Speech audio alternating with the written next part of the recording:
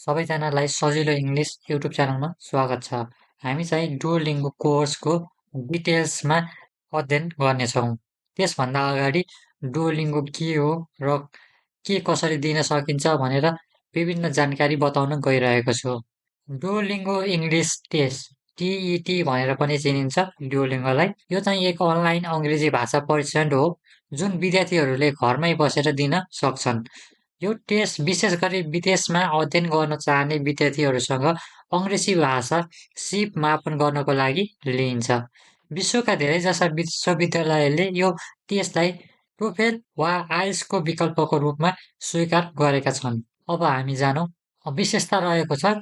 डुओलिङ्गोका मुख्य विशेषताहरू भनेको परीक्षा अवधि। यो चाहिँ कति हुन्छ भन्दा करिब 1 घण्टा हुन्छ, यानि कि 60 मिनट जति हुनेछ। अनि परीक्षाको शुल्क कति लाग्छ भन्दाखेरि लगभग $59 USD लाग्छ, यानि कि नेपालीमा कन्भर्ट गर्ने हो भने लगभग 7,500 जति लाग्छ। अर्को विशेषता भनेको चाहिँ परीक्षा दिने तरिका भनेको चाहिँ घरमै बसेर कम्प्युटरको सहायताबाट अनलाइन दिइन्छ। अनि अर्को विशेषता भनेको रिजल्टको समय भनेको तपाईँको एकदमै छिटो हुनेछ। 24 घण्टाभित्र रिजल्ट उपलब्ध हुन्छ। र त्यसको फर्मेट चाहिँ कस्तो हुन्छ भन्दाखेरि सुरुमा इन्ट्रोडक्टरी सेक्सन हुन्छ 5 मिनटको। त्यसका नियम र प्रविधि जाँच गरिन्छ त्यसमा चाहिँ। अनि एडप्टिभ टेस्ट भनेको चाहिँ 45 मिनटको हुन्छ। रिडिङ, लिसनिङ, राइटिङ, स्पिकिङको मिश्रण सबै हुनेछ। प्रश्नहरूको कठिनाइ तपाईँको जवाफ अनुसार परिवर्तन हुन्छ। यो भन्नुको अर्थात् के हो भने तपाईँले मिलाउँदै जानुभयो भने झन् गाह्रो गाह्रो गाह्रो हुँदै जानेछ क्वेसनहरू। यदि तपाईँको बिग्रियो भने एआईले सजिलो क्वेसनहरू दिँदै जानेछ। अनि अर्को रहेको छ हाम्रो चाहिँ भिडियो इन्टरभ्यू 10 मिनटको हुनेछ। तपाईँलाई कुनै पनि टपिक दिइन्छ जसमा तपाईँले बोल्नु पर्नेछ। यो भाग विश्वविद्यालयले तपाईँको बोल्ने शैली बुझ्न हेर्छ। र डुओलिङ्गो टेस्ट दिनका के नियम छन् भनेर हेर्न गइरहेका छौँ। एक्लै हुनुपर्छ, कोठामा अरू कोही पनि हुनु हुँदैन। अर्को रहेछ मोबाइल, नोटप्याड, हेडफोन आदि प्रयोग गर्न पाइँदैन। तपाईँहरूले हेडफोन पनि प्रयोग गर्न पाउनुहुने छैन। अनि वेबक्याम, माइक्रोफोन र इन्टरनेट राम्रो हुनुपर्छ। अनि अनुशासन तोडिएमा टेस्ट अवैध मानिन्छ।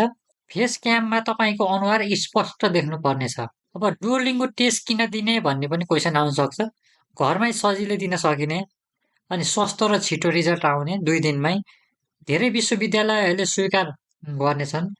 अनि टोफेल र आइल्स भन्दा सजिलो मानिन्छ। यो चाहिँ कसरी दिन सकिन्छ भन्दाखेरि तपाईँले गुगलमा गएर englishstate.duolingo.com मा गएर प्र्याक्टिस टेस्ट दिन सक्नुहुनेछ।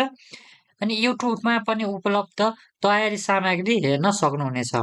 अङ्ग्रेजीमा बोल्ने अभ्यास, वाचन, लेखन, श्रवण अभ्यास नियमित गर्नुहोस्।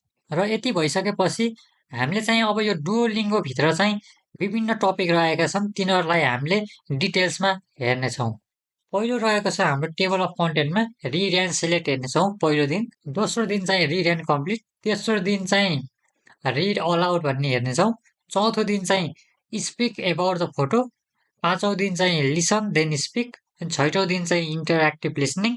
सातौँ दिन चाहिँ स्पिकिङ स्याम्पल पढ्ने छ। आठौँ दिन चाहिँ फिल इन द ब्ल्याङ्क्स। अनि 9 दिनमा चाहिँ लिसन एन्ड टाइप्स। 10 दिनमा चाहिँ राइट एबाउट द फोटोको बारेमा हेर्नेछौँ। 11औँ दिनमा चाहिँ रिड देन स्पिक हेर्नेछौँ। 12औँ दिनमा इन्टरेक्टिभ रिडिङ हेर्नेछौँ। 13 दिनमा चाहिँ राइटिङ स्याम्पल हेर्नेछौँ।